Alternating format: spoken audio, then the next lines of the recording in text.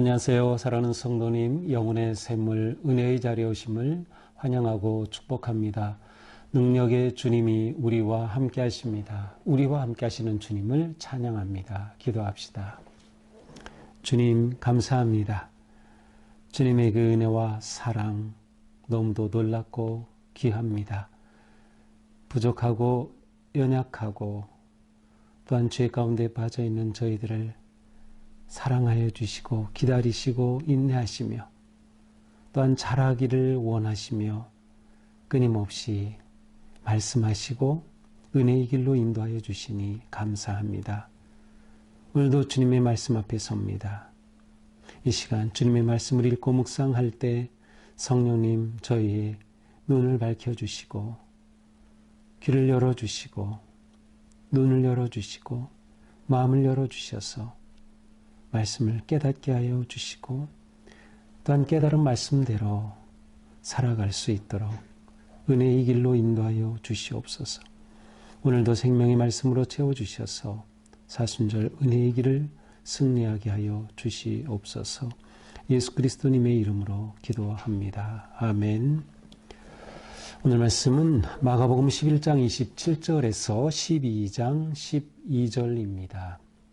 그들이 다시 예루살렘에 들어가니라. 예수께서 성전에 더 거니실 때에 대제사장들과 서기관들과 장로들이 나와 이르되 무슨 권위로 이런 일을 하느냐? 누가 이런 일할 권위를 주었느냐? 예수께서 이르시되 나도 한 말을 너에게 물으리니 대답하라. 그리하면 나도 무슨 권위로 이런 일을 하는지 이르리라. 요한의 세례가 하늘로부터냐 사람으로부터냐? 내게 대답하라. 그들이 서로 의논하여 이르되 만일 하늘로부터라 하면 어찌하여 그를 믿지 아니하였느냐 할 것이니 그러면 사람으로부터라 할까 했으나 모든 사람이 요한을 참 선지자로 여김으로 그들이 백성을 두려워하는지라. 이에 예수께 대답하여 이르되 우리가 알지 못하노라 하니 예수께서 이르시되 나도 무슨 권위로 이런 일을 하는지 너희에게 이르지 아니하리라 하시니라.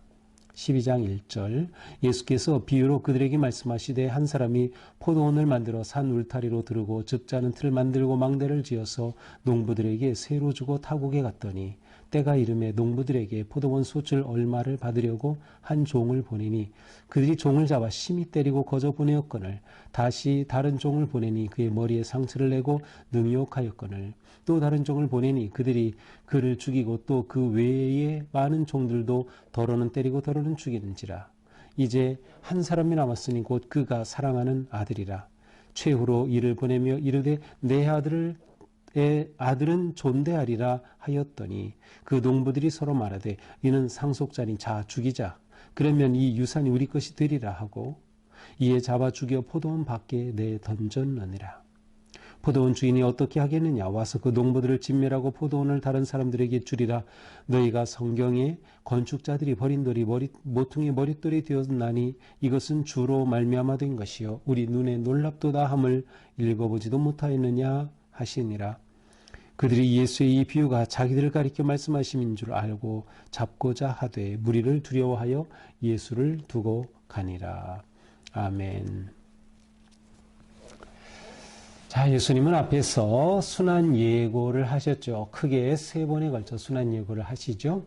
그리고 그 순환 예고를 하시면서 뭐라고 말씀하십니까? 대제사장들과 서기관들에게 넘겨주고 그들로 인하여서 고난을 받고 죽임을 당할 것이다. 자, 그런데 오늘 27절은 이렇게 시작됩니다. 이제 예루살렘이 다시 예수님이 이제 나오셨다가 다시 또 들어가시는데 예수께서 성전에 거니실 때 대제사장들과 서기관들과 장로들이 나옵니다. 자, 예수님의 순환 예고를 유심히 의미 있게 받아들인 독자라면 이 부분을 읽을 때 가슴이 쿵 했을 겁니다. 아, 대제사장들과 서기관들이 나왔다고? 예수님은 이들에게 고난을 당할 것이라고 하셨는데 맞습니다. 대제사장들, 서기관들이 또 장로들이 예수께 나와서 묻습니다. 무슨 권위로 이런 일을 하느냐? 누가 이런 일할 권위를 주었느냐?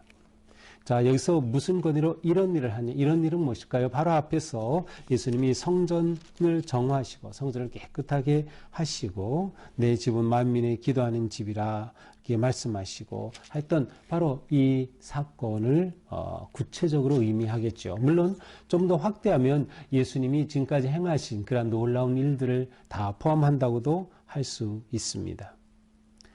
도대체 네가 무슨 권위로 이런 일을 하느냐라고 예수님께 도전하는 것입니다. 적대감을 가지고 말하는 것이죠. 권위라고 하는 것은 권세라고도 번역하고 권한이라고도 번역을 합니다. 또 권력으로도 번역이 가능합니다. 그러니까 내가 무엇을 근거로 어떤 권한으로 어떤 권세로 이러한 일을 하느냐라고 묻는 것이죠. 그러자 예수께서 그들에게 반문하십니다. 그러면 나도 너에게 묻겠다. 세례 요한의 그 세례가 하늘로부터냐 사람으로부터냐. 자, 이번에 예수님이 물으시는 것은 세례 요한은 그렇게 와서 회개의 세례를 선포했죠. 그런데 세례 요한의 그 세례가 하늘로부터 온 것이냐, 권위가 하늘에서 온 것이냐, 아니면 이 사람으로부터 자기 개인의 것이냐, 이렇게 물어보는 거죠.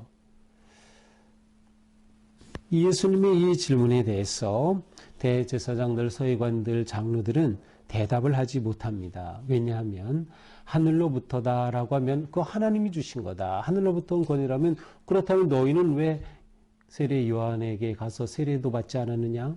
이렇게 묻게 될 거죠. 사람으로부터다. 그러면 요한의 권위를 인정하지 않는 거죠. 그렇게 하면 많은 사람들은 여전히 세례 요한이 하나님이 보내신 그러한 자로 믿고 있는데 이렇게 말한다고 하면 오히려 백성들의 미움을 받을 것이 염려가 됐어요. 그러니까 이들이 대답을 하지 못하는 겁니다. 그러자 예수님이 말씀하시죠. 나도 무슨 권위로 이런 일을 하는지 너에게 이르지 아니하겠다. 나도 무슨 권위로 이런 일을 하는지 너에게 이르지 아니하리라. 그러나 사실 예수님은 하나님으로부터 온 하나님이 주신 그러한 권위, 하나님이 주신 그러한 권세로 이러한 놀라운 일을 행하셨음을 이미 마가복음은 계속 말해주고 있어요. 이미 1장부터 마가복음 1장부터 말하고 있죠. 예를 들어서 예수님에게는 그 말씀을 가르칠 때 말씀에 권위가 있었다. 사람들이 이렇게 느끼고 이렇게 말하죠. 또 예수님도 죄 사함의 권세가 있음을 보여주셔요. 그래서 예수님의 죄 사는 것에 대해서 반문을 제기하지만 예수님의 죄 사함의 권세가 있음을 보여줍니다. 예수님은 마가복음 계속 모든 걸 통해서 또 기적의 역사, 축귀, 귀신을 내쫓으심, 치유 이 모든 것들을 통해서 정말 예수님의 이 권위, 권세는 하나님으로부터 온 것임을 분명히 드러내고 있어요. 독자들은 이미 답을 알고 있죠. 그러나 이 대제사장들, 서기관들, 장로들은 예수님의 권위를 인정하기 싫은 겁니다. 그리고 예수님의 권위를 폄하하면서 어떻게 해서든 예수님을 무너뜨리려고 하는 것을 보여주고 있습니다. 자, 이제 예수님께서는 포도원 농부의 비유를 말씀하십니다. 포도원 농부. 자, 한 농부가, 한 사람이 포도원을 만들고 울타리를 다 치고 즙을 짜는 틀도 만들고 망대를 짓고 아주 잘 포도원을 준비하고 그리고서는 농부들에게 세를 주고 타국으로 갔습니다.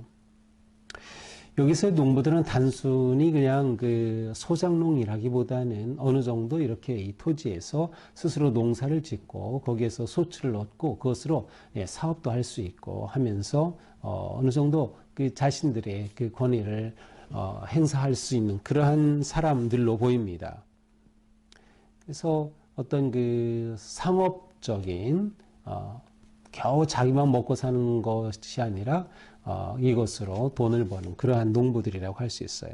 자, 이제 때가 됐으니까 이 농부들에게 이것을 맡기고 간 그 주인은 농부들에게서 소출을 찾게 되죠. 그들이 일한 그러한 열매를 구하게 되는 거죠. 그래서 2절에 보니까 농부들에게 포도원 소출 얼마를 받으려고 한 종을 보냈어요.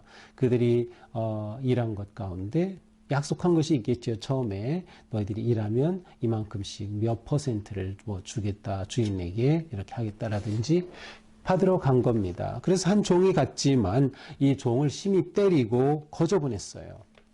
그러자 이 주인은 두 번째로 또 다른 종을 보냈지만 다시 보낸 그 종도 머리에 상처를 내고 능욕을 했어요. 폭력을 행사하기까지 한 거죠. 이렇게 되자 이 주인이 또 다른 종을 보냈어요. 그런데 이번에는 또 다른 종, 그를 죽이고 그 외에 함께 간 여러 종들을 때리고 죽이는 그러한 일이 일어났어요. 아니, 집 주인이, 이 포도원의 주인이 마땅히 받을 그러한 열매를, 세를, 소출을 받기 위해서 그렇게 하인들을 보냈는데 하인들을 이렇게 한 거죠. 이 하인들은 종이 보낸 권위가 있는 사람들이에요. 그 주인이 보낸 권세가 있는 사람들이에요. 비록 종이라 하더라도 주인이 보낸 거죠. 대표로 보낸 것입니다. 그러므로 이 종에게 행한 행위는 이 농부들이 주인에게 행한 것과 똑같은 거죠. 자, 이렇게 되자 주인은 안 되겠다. 마지막 카드를 꺼냅니다. 그 마지막 카드가 무엇이에요? 아들을 보내는 것입니다. 그래서 그의 사랑하는 아들을 이 농부들에게 보냈어요. 그래도 종들은 이렇게 함부로 대했지만 내가 보낸 아들만큼은 존경하겠지. 그런데 이게 웬일입니까? 아들이 나타나자, 자, 저 상속자가 왔다. 저 아들 죽이자. 그러면 이 유산이 우리 것이 되겠다 하고서는 그 아들을 잡아 포도원 밖에 내던졌어요. 죽인 거죠. 자, 이렇게 되면 어떻게 되겠습니까? 포도원 주인이 와서 이 농부들을 가만둘까요? 이 농부들을 전부 다 진멸하고 그것을 빼앗아서 다른 농부들에게 줄 것입니다. 자, 여기에서 예수님은 이 비유를 통해서 포도원은 무엇을 표현하죠? 이스라엘을 의미하죠. 자, 여기에 농부들이 있어요. 이 농부는 무엇일까요? 맡긴 거예요. 이스라엘을 맡겼어요. 지도자들입니다. 권세자들이에요. 사두개인, 여기 나왔던 대제사장들, 또 서기관들, 장로들, 바로 그들이 농부와 같죠. 자, 그들에게 종들을 보냈어요. 종들은 하나님의 선지자이죠. 예언자들, 주인의 뜻을 전해주고 주인의 마음을 전해주는 자들. 그리고 마지막에 보낸 한 아들은 바로 하나님의 아들 예수 그리스도를 의미하죠. 자, 이 이야기는 앞의 이야기와 연결해서 본다면 주인이 보낸 자들을, 종과 아들을 농부들이 권위를 인정하지 않은 겁니다. 하나님이 보냈어요. 하늘로부터 온 권위를 인정하지 않은 거죠. 예수님, 하나님께서 마지막으로 보낸 하나님의 아들이지만 이 지도자들은 그 권위를 인정하지 않은 겁니다. 그리고 포도원 밖에서 던져버리는 것이죠. 바로 예수님이 골고다의 십자가에 달려 돌아가심을 의미하는 그러한 내용입니다. 그러니까 이 비유를 통해서 예수님은 정말로 지금까지 하나님께서 어떻게 이 나라를, 민족을 사랑하셨는지, 그리고 어떻게 그들을 깨우치시려고 하나님의 사람들을 보내셨는지, 그리고 하나님의 아들인 예수님이 어떻게 온 것인지, 그리고 어떤 일을 당할 것인지를 비유를 통해서 보여주신 거죠. 그러면서 시편 118편에 있는 말씀을 인용해서 건축자들의 버린 돌, 무엇일까요? 곧 예수 그리스도를 의미하죠. 죽임당한 하나님의 아들, 버림받은 돌이 모퉁이의 머릿돌이 되었다. 새로 짓는 그러한 나라의 모퉁이돌이 되었다. 이것을 기초로 하나님의 나라를, 건물을, 하나님의 나라를 세우신다 라고 하는 그런 의미로 이 말씀을 인용하십니다. 자, 이렇게 이 비유가 끝나자 12절에 보니까 그들이 예수의 비유가 자기들을 가리켜 말씀하신 줄 알고, 자기들 곧 누구예요? 그렇습니다. 앞에 나왔던 그런 사람들이에요. 대제사장들, 서기관들, 종교 지도자들, 장로들. 이게 자기들을 향해서 말씀하신 거라는 것을 깨달았어요. 놀랍죠? 그들은 예수님의 이 비유를 잘 알아들었어요. 아, 저거 우리를 가리키는 말이네. 그렇다면 어떻게 해야 되겠어요? 아, 우리가 잘못했구나. 하나님이 보내신 아들, 그 권위를 우리가 인정하고 그 권세 앞에 우리가 무릎을 꿇어야지. 이게 아니에요. 회개한 것이 아니에요. 오히려 그 예수를 잡으려고 생각을 합니다. 저 가만둬서는 안 되겠다. 아주 완고한 이들의 모습을 그대로 보여줍니다. 회개하지 않는 이들의 모습을 그대로 보여주고 있는 겁니다. 자, 이것이 오늘의 말씀이죠. 자, 오늘 말씀을 통해서 정말 예수님의 권위를 인정한다는 것은 굉장히 중요한 일입니다. 이것은 한 사람의 모든 것을 결정하는 키워드가 됩니다. 그러니까 우리는 우리에게 예수 그리스도의 제자라면 누가 제자인가?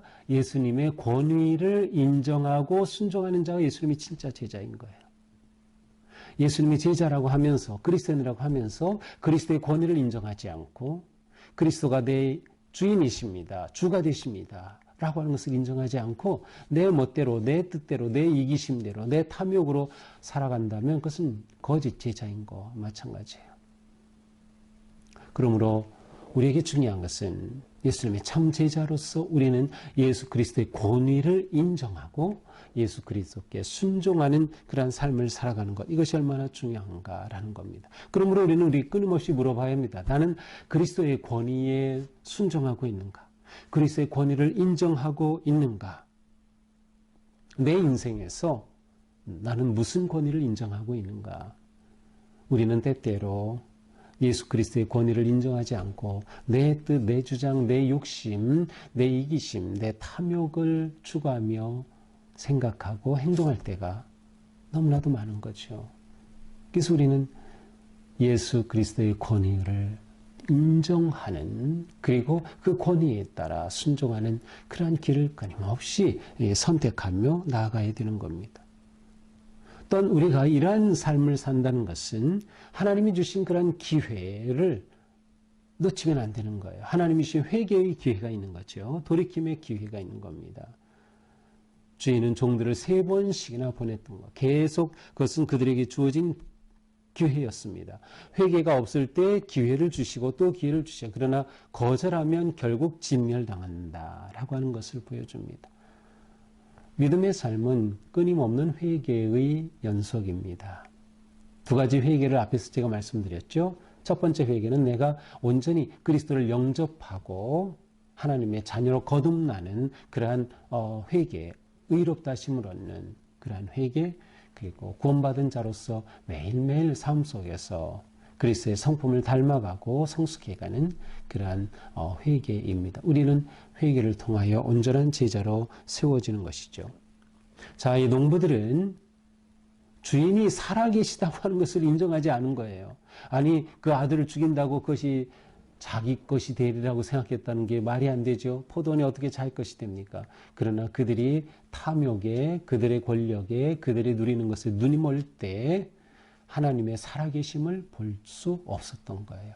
주인은 살아있다는 것을 보지 못한 거죠. 얼마나 어리석은 일입니까? 우리는 매일매일 살아가면서 하나님은 살아계시다, 주님은 살아계시다라는 사실을 늘 기억하고 인정하는 것이 매우 매우 중요합니다. 그렇게 될 때 우리는 하나님의 말씀과 뜻의 가치를 두고 끊임없이 회개를 통하여 하나님께 또 예수 그리스도께 온전히 순종하는 믿음의 길을 걷게 될 것입니다. 오늘 하루도 예수님의 권위를 인정하고 순종하는 삶으로 예수님을 드러내는, 예수님의 영광을 높이는 그런 하루가 될 수 있기를 축복합니다. 기도합시다. 주님, 오늘도 말씀을 통해서 우리가 주님의 권위와 권세를 인정하고 주님의 그 은혜 안에 살아야 함을 깨우쳐 주셨습니다. 주님, 끊임없이 욕심과 이기심과 탐욕에 빠져서 주님을 내 인생의 주님으로 온전히 신뢰하고 따르기보다는 내가 앞서고 내 뜻이 앞서고 내 주장이 강하고 탐욕에 빠지는 저희입니다. 주님 용서하여 주시옵소서. 끊임없이 돌이키며 주님께 순종함으로 거룩한 믿음의 길 그리스도로 온전히 닮아가는 우리의 삶이 되게 하여 주시옵소서. 예수님 이름으로 기도합니다. 아멘. 네, 오늘도 주님의 은혜 안에서 우리 삶이 이처럼 예수님의 권위를 인정하는 또 순종하는 삶 되기를 축복합니다. 사랑합니다.